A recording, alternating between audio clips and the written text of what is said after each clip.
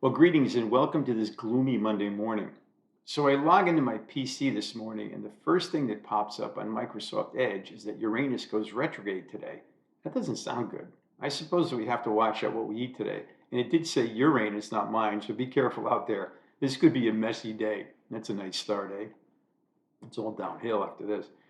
I'm going to speak of a topic, and it's a strange one. It's about thinking and consciousness, or in other words, consciousness and subconsciousness. To start off, we are aware of only a tiny fraction of the thinking that goes on in our minds, and the vast majority of our thinking goes on subconsciously. After all, we humans make a lot of mistakes, and our accidental actions are reflections of our subconscious mental life. Throughout our daily lives, the intrusive thoughts that we experience throughout the day illustrate the disconcerting fact that many of the functions of the mind are outside of our conscious control. And according to modern science, 95% of thought is within the subconscious arena. I was trying to explain this, but I had to fall back on an article in Scientific American for some help. I was thinking of this recently since I have a bit more time to think of this topic and any topic, as I could relate to the concept that most of what we think is beyond our scope. And of course, most people's lives are busy, preoccupied, and full of responsibilities, perceptions and reactions to stimuli. Consider an athlete or an artist. Creativity comes from the unconscious mental functions that need to take over. Our conscious thinking tends to be slower paced, and recently I've become more aware of my perceptions and thinking since I believe or feel that I'm becoming more erratic, absent minded, and struggle finding simple everyday things. Since partially our lives have become very cluttered with objects and responsibilities that, if not maintained, can cause stress and financial strain. Take, for instance, how many objects there are in the average house. Take a guess. My honest guess was about 200,000. It's 300,000. I don't know how they came up with that, but though we have to realize that it's an approximation, and I would never want to count that many items, certainly. And beyond this, I do find now that when I'm looking for something that I can't find, I'm not surprised when I don't find it, since I realize that there are so many objects in our home. And sometimes the object is right in front of me and I don't notice it, and I'm getting frantic in my search, which means that I'm not really focused. Frustrated is more like it. But enough of this topic.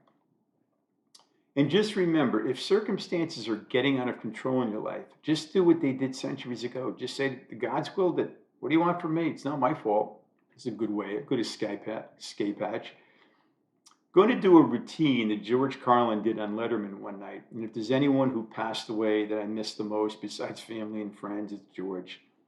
Possibly the greatest stand-up comedian of all time.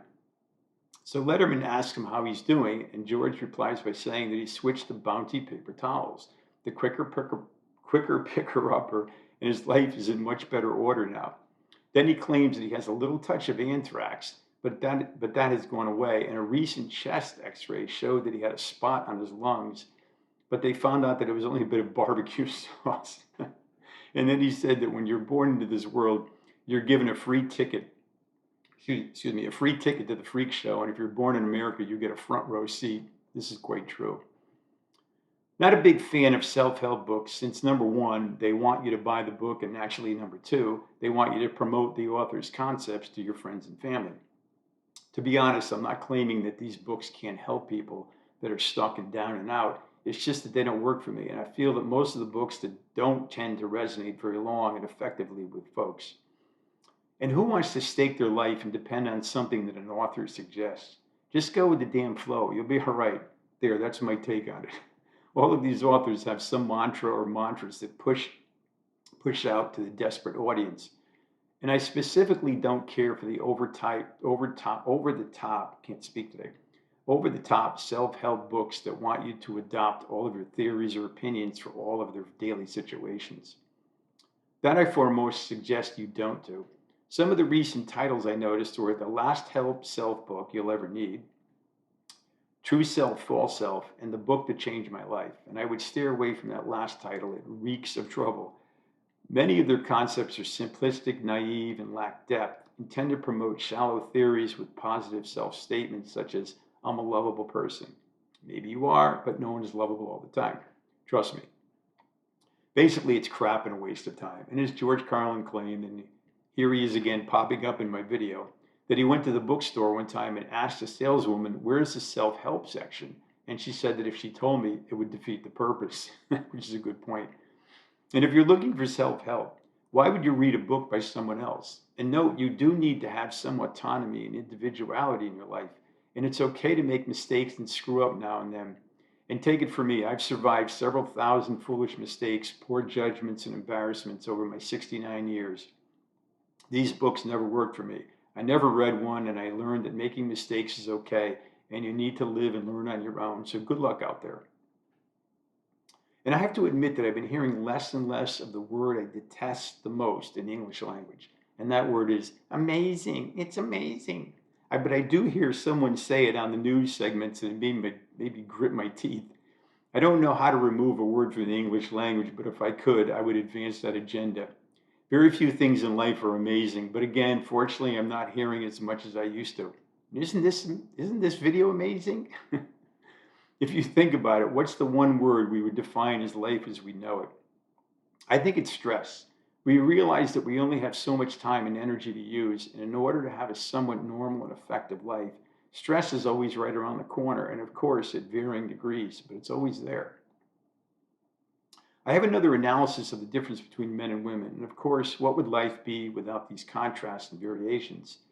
Men are simple while women tend to be more complex. Men tend to have less needs than women, and for the most part, their needs are simpler and more unadorned than women's needs.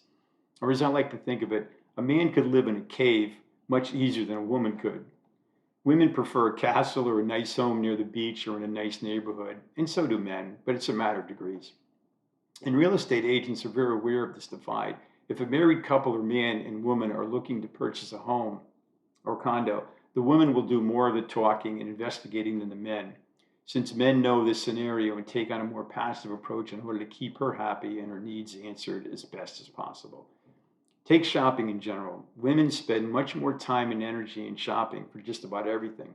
While men see something they like that fits and the price is right or even a bit wrong, it's theirs. They buy it.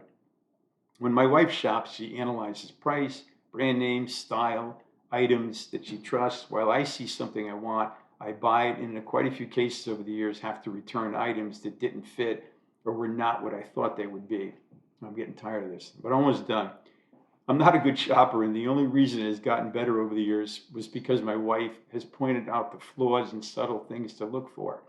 And lastly, one of the reasons for this deviation is actually very simple. I don't know of any woman that doesn't enjoy shopping, and I don't really know of any men that do. But I suppose in the end it works for each of us. Men and women will always need each other.